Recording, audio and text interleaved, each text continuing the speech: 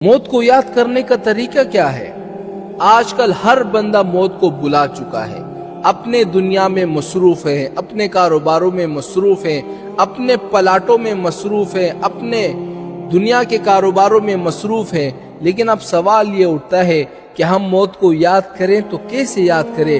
جب ہم موت کو یاد کریں گے تو ہمارے اندر آخرت کی فکر ہوگی، دنیا میں کم ہم مصروف ہو جائیں گے۔ لیکن سوال یہ اٹھتا ہے کہ اب موت کو یاد کرنے کا طریقہ کیا ہے؟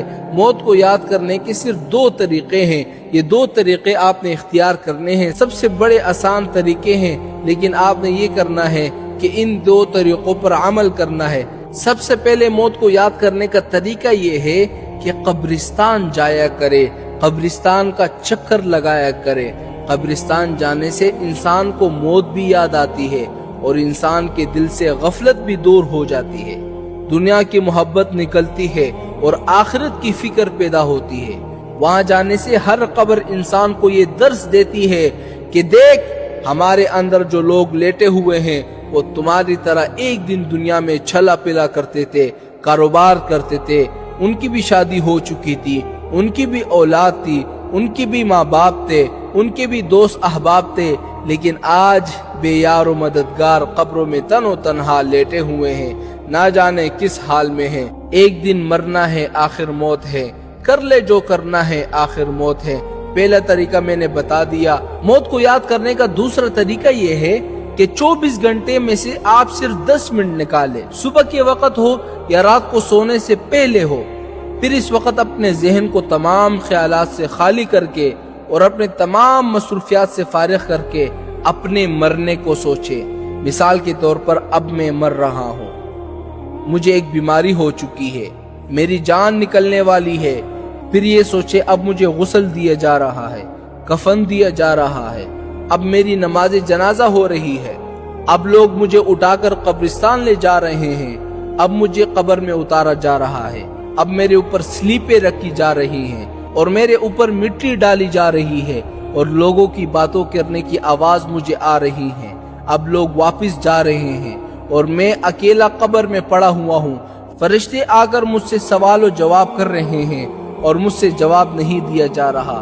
قبر میں تنگی ہے، اندھیرا ہے، سانپ اور بچھو چاروں طرف سے نکل کر میرے جسم سے لپٹے ہوئے ہیں اور مجھے قبر میں عذاب ہو رہا ہے۔ بس یہ سوچے، اس سوچنے میں بڑی عجیب و غریب تاثیر ہے۔ وہ تاثیر یہ ہے کہ اس کے ذریعے دل سے دنیا کی محبت نکل جائے گی۔